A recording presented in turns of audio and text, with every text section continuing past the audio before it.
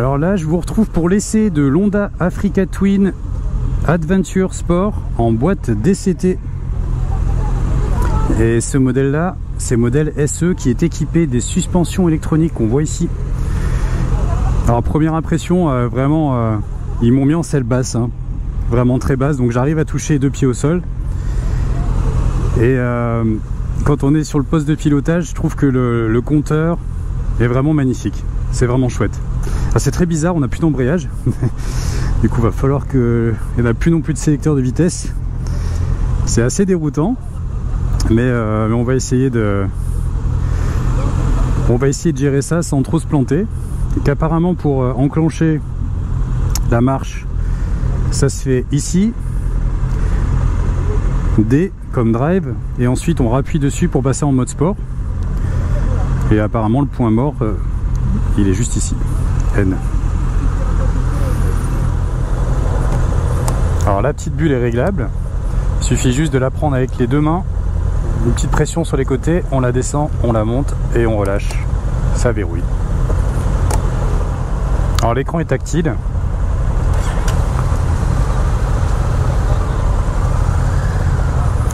Voilà, je reste en mode cyclo, qui est le mode urbain, le mode ville.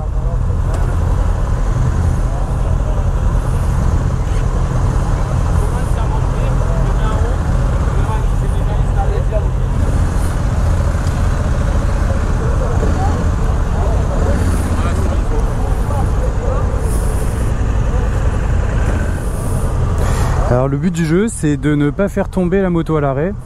Là, je suis sur un faux plat, ça monte légèrement sur la droite. Et très honnêtement, il faut faire attention parce que la moto est quand même très lourde, hein, surtout avec son gros réservoir en version Adventure Sport.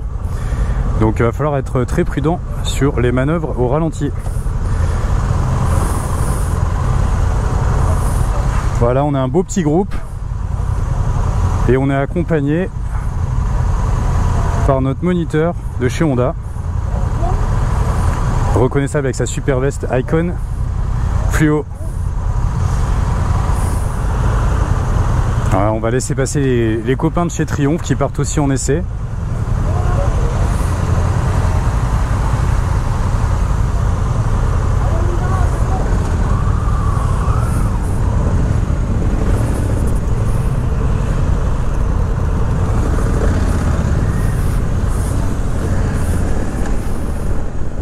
Alors oui, c'est assez déroutant, hein. Il n'y a pas d'embrayage, il n'y a pas de sélecteur de vitesse, et on entend la boîte qui passe les vitesses toute seule avec un petit clac. Là, elle est en seconde apparemment, là, elle vient de passer en troisième. Donc je suis en mode drive, mode cyclo, c'est-à-dire mode ville, urbain. Donc la boîte va privilégier a priori de passer les rapports le plus tôt possible pour la consommation. Et bon, après ça se règle, tout est réglable apparemment, hein, d'après ce qu'ils m'ont dit au briefing.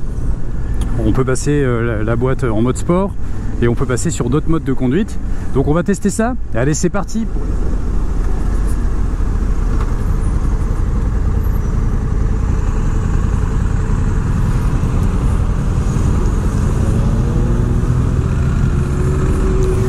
Les premières impressions, c'est déjà le confort de suspension. C'est vraiment impressionnant sur les dos d'âne et sur les aspérités de la route.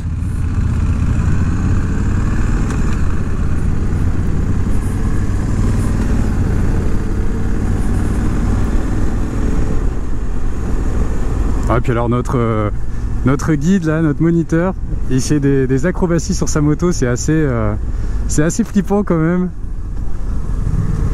En tout cas, moi je m'y risquerai pas. J'ai pas le bagage technique à mon avis. Alors c'est surprenant parce que ce modèle Adventure Sport, c'est le modèle d'Africa Twin qui a le plus gros réservoir. Donc effectivement, visuellement, on voit que le réservoir est assez imposant. Mais le ressenti au niveau de l'entrejambe, il n'est pas si mal que ça. C'est-à-dire que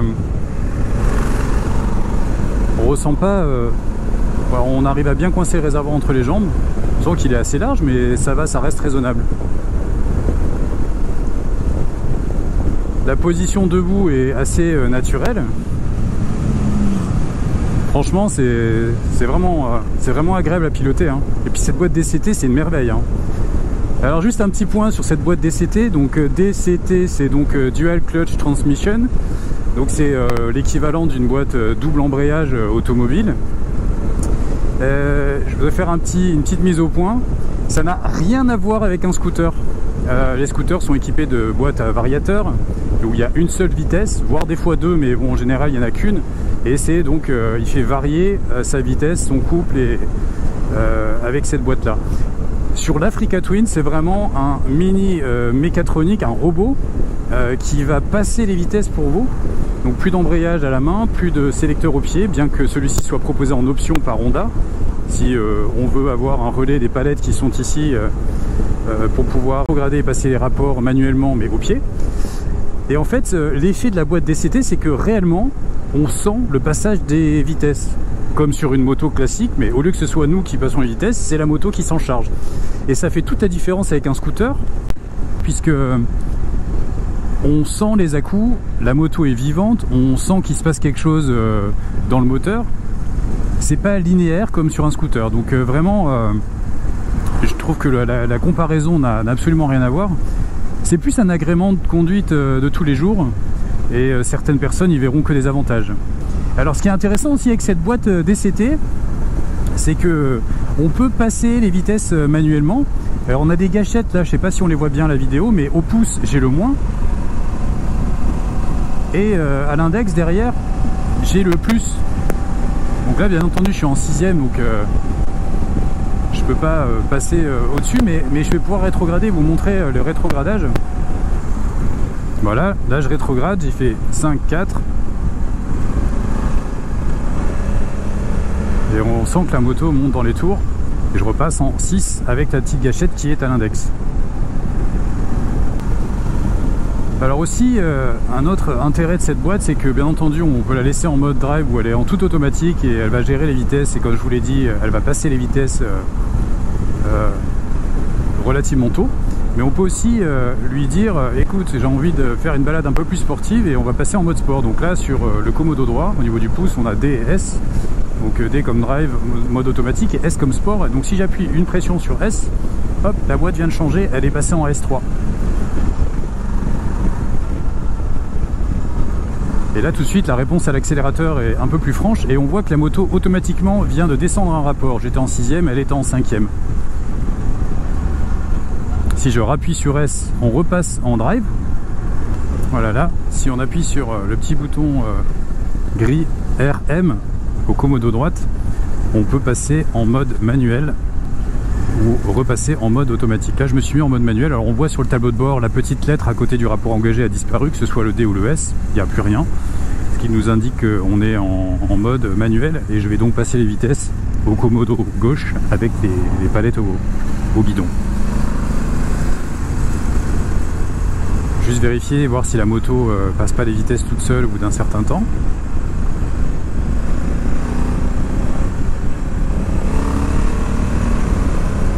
C'est assez réactif, très honnêtement, il y a très peu de latence entre le moment où on appuie sur la gâchette et la vitesse passe.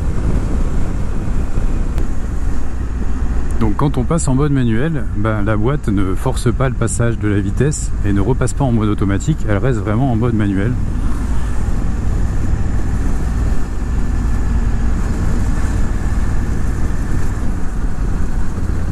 Même quand on roule en sous-régime, on s'aperçoit qu'elle nous laisse brouter un petit peu la moto.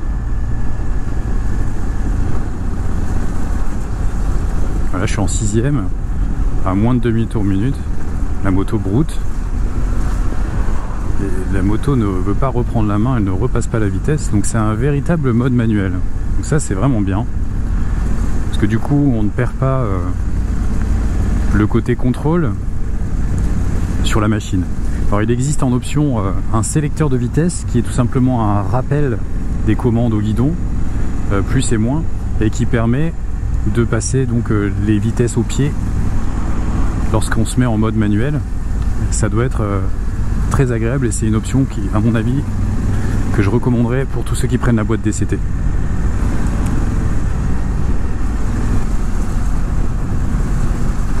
Voilà, je me suis remis en mode drive et le mode drive va clairement privilégier la consommation parce que je sens que la moto est en roue libre quand j'arrête d'accélérer.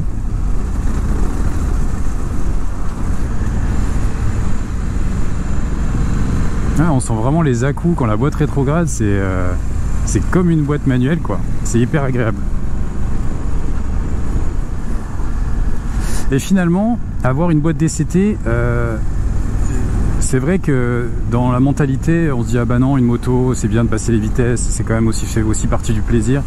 Mais finalement, cette boîte DCT n'enlève rien au plaisir puisque elle va passer les vitesses, on va sentir le passage des vitesses. Donc il va vraiment y avoir toujours ce côté sympa qu'on a quand on passe les vitesses manuellement. Au rétrogradage, quand elle rétrograde seule ou quand on force le rétrogradage, elle va donner un petit coup de gaz et ça va pétarader, donc c'est hyper vivant. Et franchement, ça devient pratique puisque quand on est dans des conditions de circulation comme aujourd'hui, où on suit des véhicules, j'arrive à vous parler sans me concentrer sur tout le pilotage. Et je trouve que ça c'est hyper agréable parce que du coup je peux lâcher une main, juste prendre le guidon de la main droite et gérer l'accélération tranquillement, sans souci, sans stress. Donc vraiment je trouve que c'est une belle avancée technologique et en plus sur ce modèle 2022 la boîte a été mise à jour, donc où là ils vont vraiment privilégier le passage d'aéroport de façon optimale. À l'époque, il y avait eu une petite critique qui disait que la boîte passait rétrogradée dans les ronds-points. Bon, là maintenant c'est terminé, tout ça, ça a été optimisé. Je pense que, bien entendu, ça s'améliore encore avec le temps. Mais aujourd'hui, cette boîte DCT, elle est vraiment aboutie. Et je pense que ça vaut vraiment le coup de l'essayer pour se faire sa propre opinion. Et vous serez agréablement surpris. Alors vous voyez sur le tableau de bord, il y a une foultitude d'informations. Donc on voit la première icône P comme Power, donc c'est la puissance moteur, EB comme Engine Brake, donc c'est le frein moteur, T comme Traction Control. Ensuite on a l'ABS qui est réglable et ensuite je pense que c'est S et H, la dureté de la suspension. Cet écran en couleur, en fait il va vous permettre aussi de connecter votre smartphone soit via le protocole Apple CarPlay ou le protocole Android Auto. Alors ça aura pour résultat d'afficher en fait les icônes de votre téléphone directement au tableau de bord et il est tactile avec les gants, peu importe si vous avez des gants tactiles ou pas, vous pouvez appuyer dessus, ça fonctionne. Et donc ce qui est bien, c'est que quand on fait de la balade ou même des trajets un petit peu plus longs, on pourra avoir des applications qu'on utilise au quotidien comme par exemple Waze, Google Maps, etc. Alors la moto elle est équipée de deux écrans, donc un écran couleur qui nous permet d'avoir l'affichage de notre smartphone directement en le connectant à la moto, et donc un deuxième écran à cristaux liquides en dessous, en noir et blanc, qui lui va être intéressant quand on va connecter le smartphone et par exemple on va afficher une carte de notre itinéraire, on va perdre des affichages du coup de l'écran principal, et ce deuxième écran nous permet de garder un œil sur l'essentiel, c'est-à-dire les kilomètres, la vitesse et dans quel mode de conduite on est sur cette boîte DCT. Donc moi je trouve ça extrêmement bien pensé, judicieux et très pratique. On peut aussi bien entendu, comme toutes les motos modernes maintenant, prendre des appels directement au guidon ici. Alors on a un tas de fonctionnalités là, avec les petites gâchettes au-dessus, on voit FN comme fonction et ça nous permet de changer les différentes fonctions, les différents modes, etc. Donc là on voit, j'ai cliqué sur FN, ça nous envoie en fait sur le menu de volume, ça nous permet de régler le volume je pense d'écoute des appels. Voilà, cette moto est vraiment équipée de tout, et ici sur le commodo gauche on a un énorme pavé avec des flèches, donc qui ressemble à un joystick, qui va nous permettre, si on n'a pas envie de le faire de façon tactile, de naviguer dans les menus sans avoir à lâcher les mains du guidon. Donc c'est un rappel des commandes, mais c'est vraiment hyper pratique. On peut aussi donc changer les modes directement avec la flèche du haut ou flèche du bas, monter et descendre au niveau des modes. Non, c'est vraiment complet. Je pense que c'est un petit coup de main à prendre pour pouvoir exploiter tous ces gadgets qui sont d'ailleurs plus des gadgets, hein, puisqu'une fois qu'on y a goûté, je pense qu'on peut difficilement s'en passer au quotidien. Et là voilà la petite molette, le petit curseur sur la gauche qui permet de naviguer sur l'écran, où il y a 4 pages, 4 onglets qui donnent chacun des informations différentes. Donc le premier, tout ce qui est trajet, donc trip 1, le deuxième c'est toutes les données du trip 2. Le troisième onglet qui va nous donner la conso instantanée, l'autonomie restante et qui va nous donner le voltage de la batterie et puis la date. Et le dernier onglet enfin qui lui va nous rappeler sur quel mode de suspension nous sommes et qui va nous permettre de sélectionner, on le voit en bas, des modes déjà prédéfinis de suspension qui permettent de rajouter un passager et puis de rajouter un passager plus tes bagages. Alors je sais pas ce que ça va rendre en vidéo, si cet écran, parce qu'il y a pas mal de soleil, je sais pas si cet écran en fait, pour moi en tout cas c'est très lisible, même avec du soleil dans le dos, j'arrive vraiment à voir l'écran correctement. La vitesse affichée est assez grosse, le rapport engagé aussi, donc je le trouve très lisible. Donc 2 séries sur ce modèle Adventure Sport. On aperçoit ici une prise allume-cigare de 2 ampères et aussi ici un port USB bien pratique quand on a son téléphone au guidon. Ça nous permet de charger en roulant ou charger d'autres équipements. Donc globalement cette Africa Twin Adventure Sport avec le gros réservoir qui est relativement lourde, on sent pas son poids hein, évidemment quand on roule. Ça, je pense que c'est aussi dû à l'étroitesse de ses pneus et à la grande roue devant. C'est très maniable, ça prend bien les angles. Alors moi j'aime bien la position de conduite de l'Africa Twin parce qu'on est à la fois très relax, assis bien droit, avec les mains positionnées sur le guidon de façon très naturelle, sans aucune contrainte sur les poignets du coup. Et j'aime bien parce que on est assez haut perché, et donc on domine un peu la route et on voit tout ce qui se passe. C'est pas mal du tout. Alors j'appréhendais un petit peu par rapport à la hauteur de selle, mais ils ont mis la selle réglée au plus bas et je touche par terre sans aucun problème. Là on commence à enrouler un petit peu, donc je suis toujours en mode sport au niveau de la boîte, donc elle répond très bien, hein, c'est transparent, il n'y a rien qui me choque, je suis pas en train de me dire mince qu'est-ce qui se passe. La suspension c'est légèrement durci, j'ai l'impression.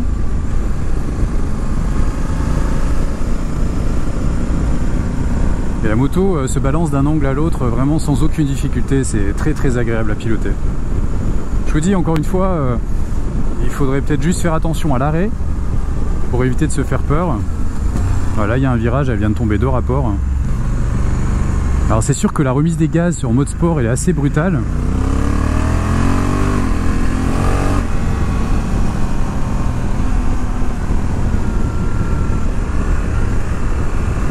Mais voilà, ça c'est comme toutes les motos, il faut un petit temps d'adaptation, il faut apprendre à le gérer.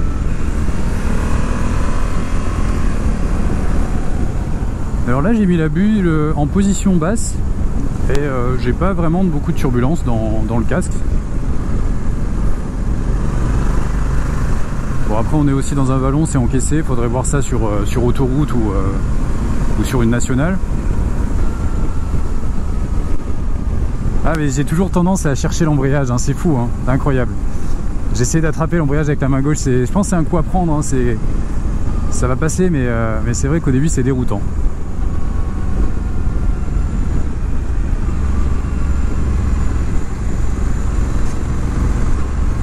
Ah, notre moniteur commence à racler les cale-pieds.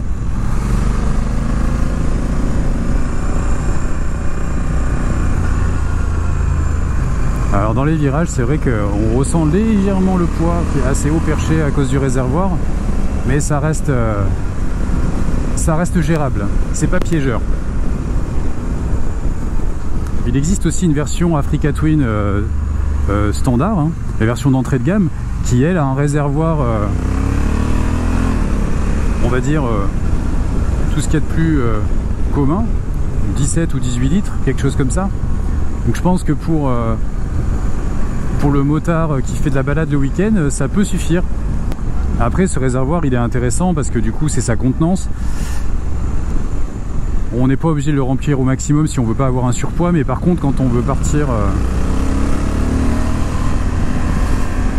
dans un voyage, dans un trip, ça nous permet d'avoir la possibilité d'embarquer plus de carburant. Alors j'essaie de vous parler et de me concentrer sur la route en même temps parce que le moniteur là il commence à envoyer un petit peu, et vu que je n'ai pas du tout l'habitude de la moto, j'essaie de rester concentré pour justement pas me faire piéger.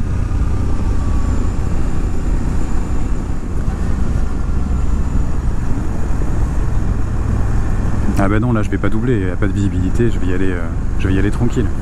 Restons prudents.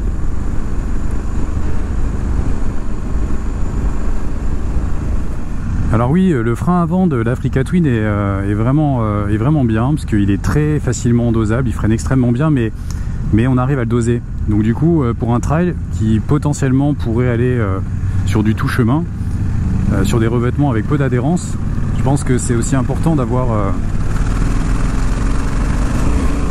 cette possibilité de ne pas freiner trop brutalement. J'ai eu l'occasion d'essayer le freinage sur d'autres motos comme la Tiger 1200 de chez Triumph, et effectivement les Stylema ou même les M50 sont des étriers de frein qui attaquent trop fort pour des trails.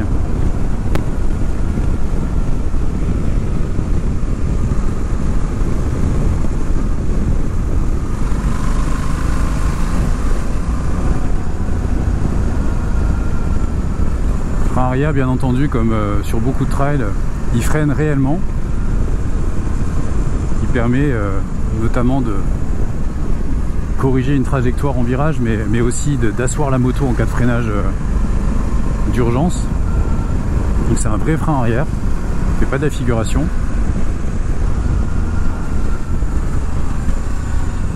Et vous voyez, ça fait 15 à 20 minutes qu'on roule et j'ai complètement oublié cette boîte DCT. Elle est tellement aboutie que j'ai l'impression que c'est moi qui passe les vitesses, alors que pas du tout.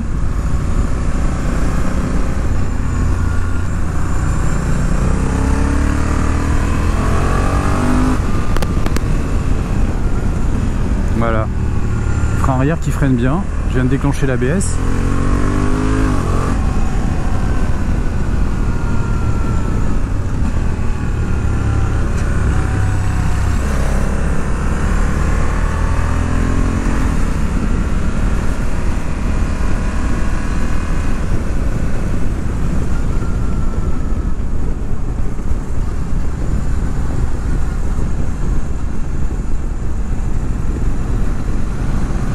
Alors la suspension électronique, je ne vais pas pouvoir modifier les réglages lors de cet essai, mais elle se modifie en fait avec les différentes cartographies moteurs qui sont déjà prédéfinies. Je trouve que c'est un petit peu déroutant parce qu'en fait on passe d'une moto qui a plusieurs facettes et il faut donc apprendre en tant que motard toutes ces facettes. Donc ça peut nous servir, mais ça peut aussi être piégeur, donc il faut faire assez attention parce qu'on passe d'une moto avec une suspension relativement souple à une moto avec une suspension qui va être relativement rigide, et le comportement sur la route s'en ressent. Les mouvements de bascule, etc. sont pas du tout les mêmes d'un mode à l'autre. Donc je vous invite à la prudence, c'est une option qu'on peut ou ne pas prendre. Mais je dirais que rien ne vaut un bon petit réglage manuel, puisque 90% du temps on va jamais toucher à la suspension. On règle la suspension à notre poids une bonne fois pour toutes, et vraiment les rares fois où on va partir en balade ou avec un voyage particulier ou chargé différemment, on pourrait régler cette suspension. Alors le côté pratique de la suspension électronique, c'est que ce réglage, du coup, on peut le faire directement au tableau de bord. Et ça, c'est vrai que c'est pas mal, surtout si on est amené à prendre des passagers ou bagages régulièrement ou à rouler solo en alternance. Donc ça dépend de votre utilisation. Si vous pensez avoir besoin de cette option, c'est vrai qu'elle est assez pratique. Dans mon cas personnel, je pense que je touche tellement rarement aux suspensions de mes motos que Même le modèle sans les suspensions électroniques me conviendrait bien. Oula, il a pris large. Il a pris large notre moniteur.